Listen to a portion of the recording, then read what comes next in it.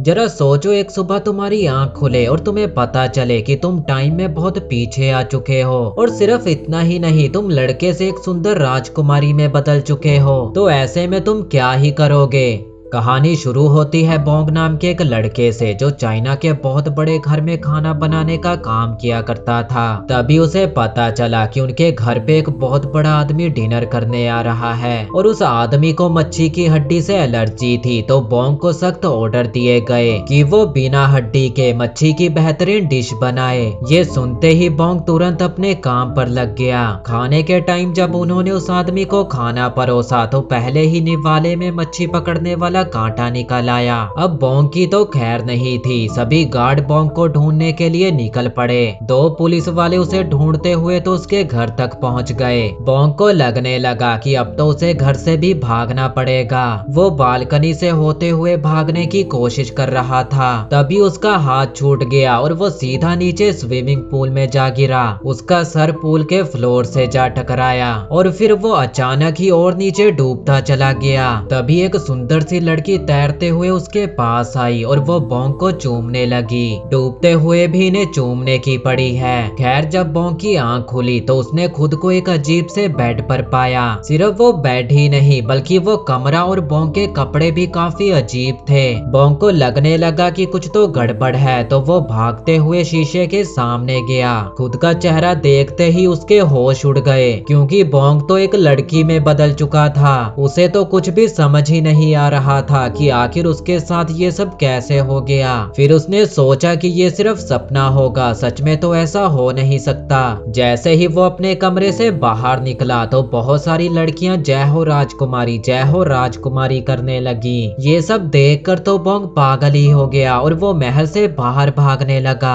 सभी दासियां भी उसके पीछे पीछे भाग रही थी। वो सब सोच रही थी कि आखिर राजकुमारी इतना तेज कैसे भाग सकती है। बाहर जाने के बाद उसने नोटिस किया कि उसकी बहुत कीमती चीज तो गायब हो चुकी है। ये जानते ही बोंग डर से चिल्लाने लगा। उसे लग रहा था कि इन लोगों ने उसे किडनैप करके उसका जेंडर ही बदल दिया है। वो उन सभी पर चिल्लाने लगा कि हे भगवान, तुम लोगों ने मेरे साथ क्या कर दिया। जब उसने अपने आसपास की चीजें देखी तो उसे लगने लगा कि वो समय में बहुत पीछे आ चुका है। फिर वो अपनी दासी से अपने ही बारे में पूछने लगा। उसे पता चला कि वो 18वीं सदी में आ चुका है। वो किम सो युंग नाम की राजकुमारी के शरीर में था और कुछ ही दिन में उसकी शादी महाराज चैंग से होने वाली है, जिसके बाद वो इस राज्य की रानी बन जाएगा। दासी ने ये भी बताया कि कुछ दिनों पहले ही वो पास के तालाब में डूब गई थी। वो तो सही टाइम पर सैनिकों की उन पर नजर पड़ गई और वो उन्हें बचाकर महल में ले आए। ये सब जानकर बोंग को एहसास हुआ कि उसकी और किम की आत्मा आपस में बदल चुकी है और घर वापस जाने का सिर्फ एक ही रास्ता था, और वो था वो तालाब। बोंग अपनी दासियों के साथ उस तालाब की ओर निकल पड़ा।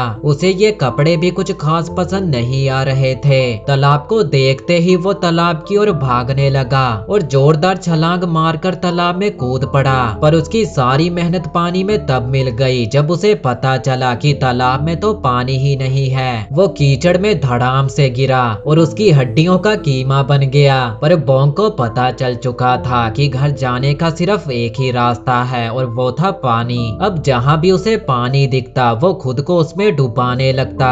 फिर चाहे वो मछलियों का पानी हो या फिर गंदा पोछे वाला, वो बिना कुछ सोचे समझे बस पानी में अपना मुंह डुबो देता। पर ये सब का कोई भी फायदा नहीं हुआ।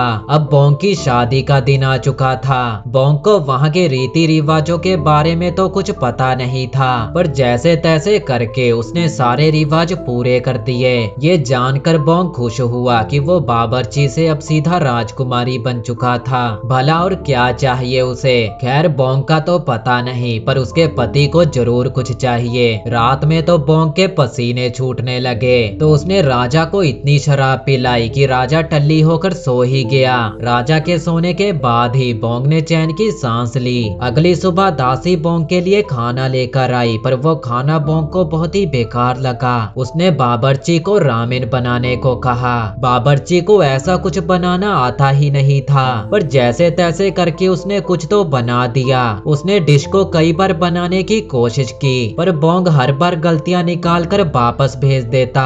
आखिर में बावर्ची भी तंग आ गया और उसने कहा, अगर महारानी को पसंद नहीं आ रहा तो वो खुद आकर बना लेना। खाना बनाने में तो बोंग माहिर था। रसोई में जाते ही उसने एक बड़ा सा चाकू उठा लिया। सारे बावर्ची डर चुके थे कि रानी आज तो कुछ करेगी, क्योंकि रानी ने तो कभी किचन में पैर ही नहीं रखा था। बोंग फटाफट सब्जियों को काटते जा रहा था और आखिर में उसने रामेन बनाकर तैयार कर दिए। वो अपने कमरे में जाकर मजे से अपने हाथों का बनाया हुआ खाना खाने लगा, पर इधर बावर्ची को रानी से जलन हो रही थी। उसने सभी से कहा, ये खाना सिर्फ देखने में अच्छा है, खाने में तो होगा एकदम बेकार ही। पर जब खुद उसने खाने को टेस्ट किया तो वो खाना इतना टेस्टी था कि चम्मच ही उसके हाथों से छूट गया। इधर बोंग के दिमाग में एक आइडिया आया कि वो खाना बनाने की तकनीक से शाही परिवार का दिल जीत सकता है। अगर उसने महारानी को खुश कर दिया तो वो तालाब को भरने के लिए मान जाएंगी। बोंग तुरंत किचन में गया, पर बावर्ची अपनी धौंस जमाने लगा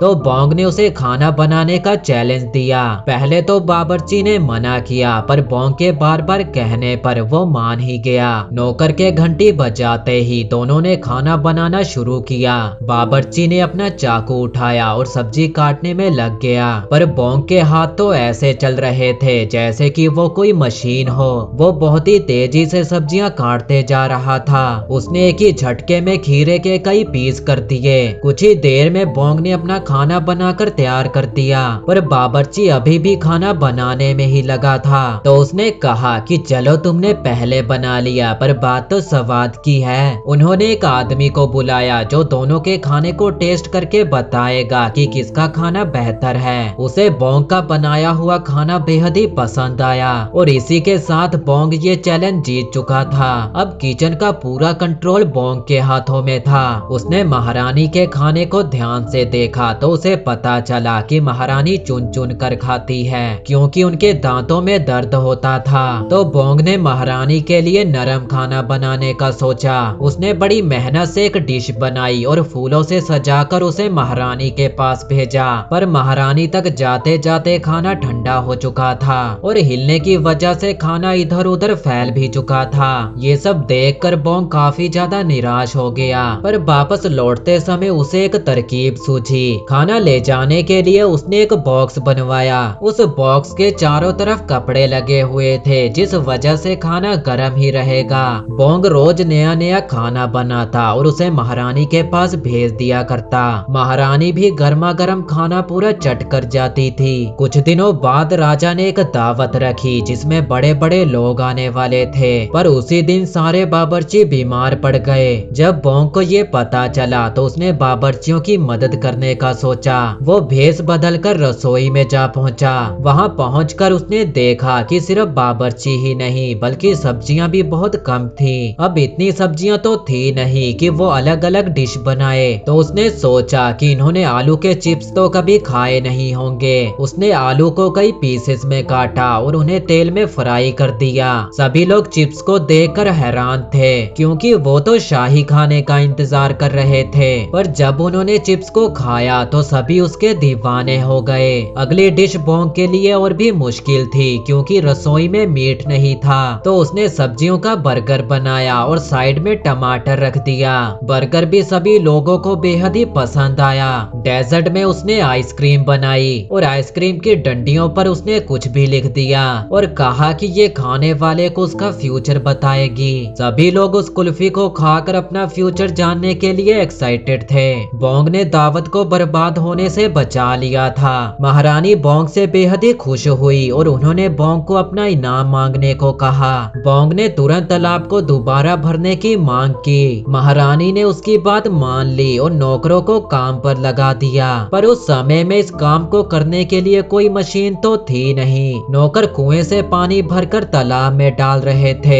बोंग ने देखा कि इस तरह तो बहुत टाइम लग जाएगा। बोंग ने सभी नौकरों को एक ही जगह पर खड़े रहकर सिर्फ बाल्टी पास करने को कहा। इस तरह काम आसान और जल्दी होने लगा। कई दिनों तक मेहनत करने के बाद भी तालाब अभी तक चुल्लू भरी भरा था। ये देखकर बोंग काफी ज्यादा निराश हो चुका था। तभी एक दिन जोरदार बारिश होने लगी। बारिश को देखते ही बोंग खुशी से नाचने लगा। आखिर कोई राजकुमारी ऐसे कैसे नाच सकती है। कुछ ही घंटों में तालाब पूरी तरह भर चुका था। बोंग एक पत्थर पर अपना नाम लिखकर तुरंत तालाब में कूद पड़ा। वो पानी में बस डूबे जा रहा था।